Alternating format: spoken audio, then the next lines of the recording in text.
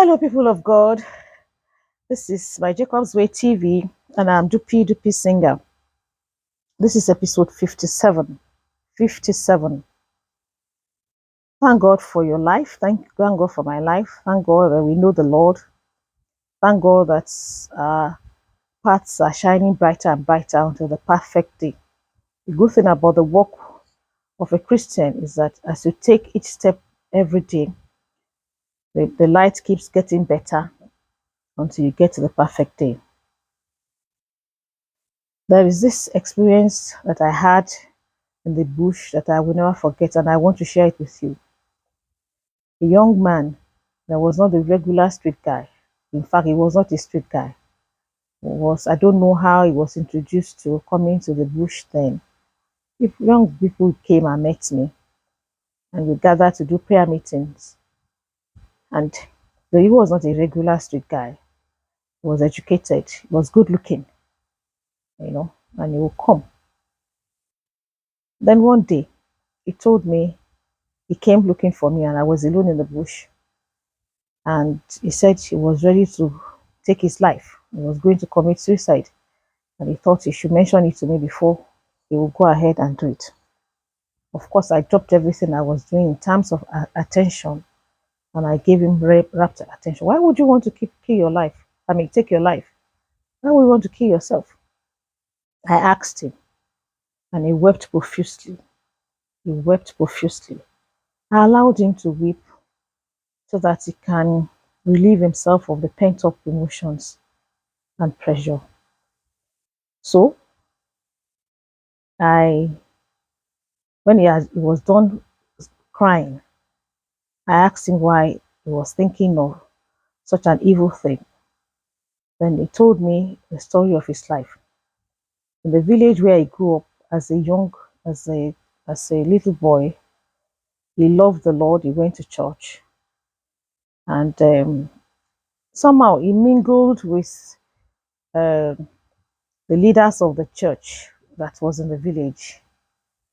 And I told you he was a good-looking guy. God created him to be handsome and good-looking. Light complexion, fine man. It doesn't mean that it's only the light complexion person that can be handsome and good looking, but I'm just describing him to you. I can imagine how he looked as a young boy. And he went to church, he said he loved the church and mingled with the leaders of the church. At age 12 or 13, two of the leaders of the church started to sexually abuse him.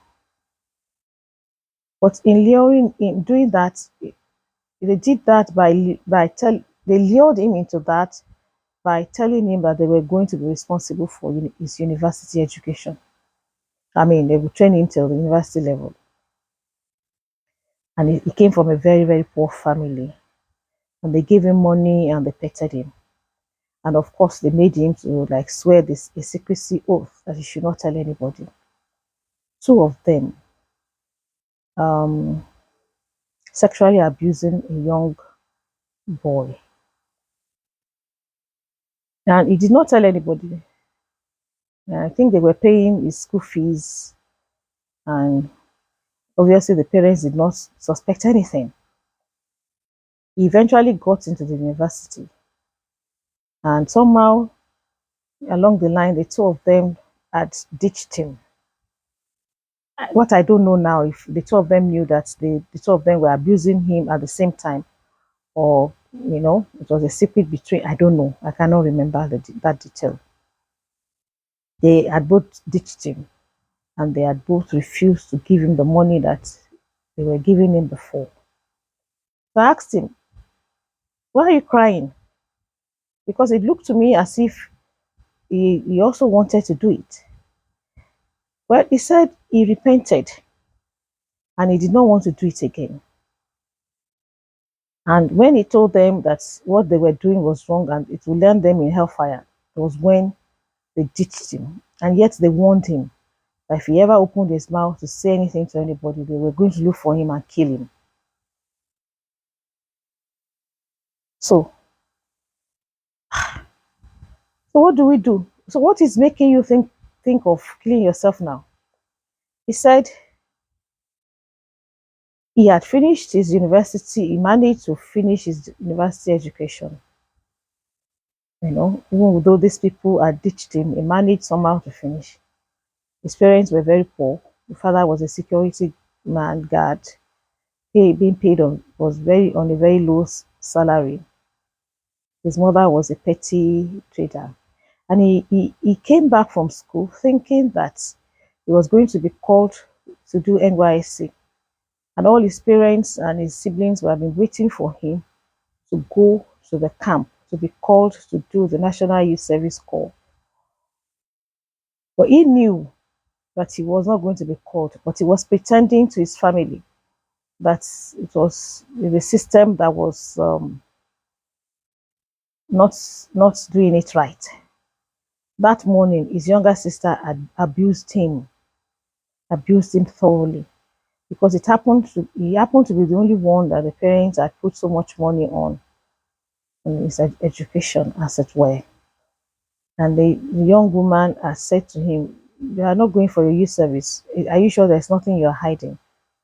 And he knew that he could not keep this secret forever. And he knew he would be ashamed if they ever knew that he was not going to go to do his youth service and finish properly. What happened to him? When he got to the university, he started to read a particular course. A year or two after, he decided to change his course to another course. He filled the form and started the process. He thought he ended the process. By the time he was done done at the university, I mean, finished his schooling, he went to check his records and he found out that he did not complete his process. So he was neither in this faculty or department nor on the other one that he thought he changed to. By the time they checked his records, he was supposed to be in part two, not even that he had finished his course. Part two of the school that's I mean of the department or faculty that he left. And the university said to him, part two or part three? The university said to him, you have to complete your course. His case was finished. You have to come back and do 2 years more. If not, there will be nothing to show that you passed through this university. So I have to check the time. I want to be sure that I am not making your video too long. I think I have to stop here to continue that story. What happened to this young man? How did the Lord solve the problem that today is alive and he did not commit suicide? What happened? You have to watch episode 57. And one of the reasons why I'm bringing this matter up at all is at the end of the way the Lord settled that guy, I realized that if one is not in full-time ministry, you will not be able to handle that guy's matter. Anybody that is a minister of God that goes to work in the bank and comes back every day will never have time to sit down and listen to this kind of story and help the guy to sort out the matter once and for all. And that's one of the reasons why God says that the tribe of Levi should not work. It should just it should just attend to the things of the people of God and the things of the temple. This is my Jacob's Way TV. I'm Dupi Singer. Please stay tuned to watch the next episode, which will be episode 58 to complete the story. God bless you. Thank you for watching. Bye bye.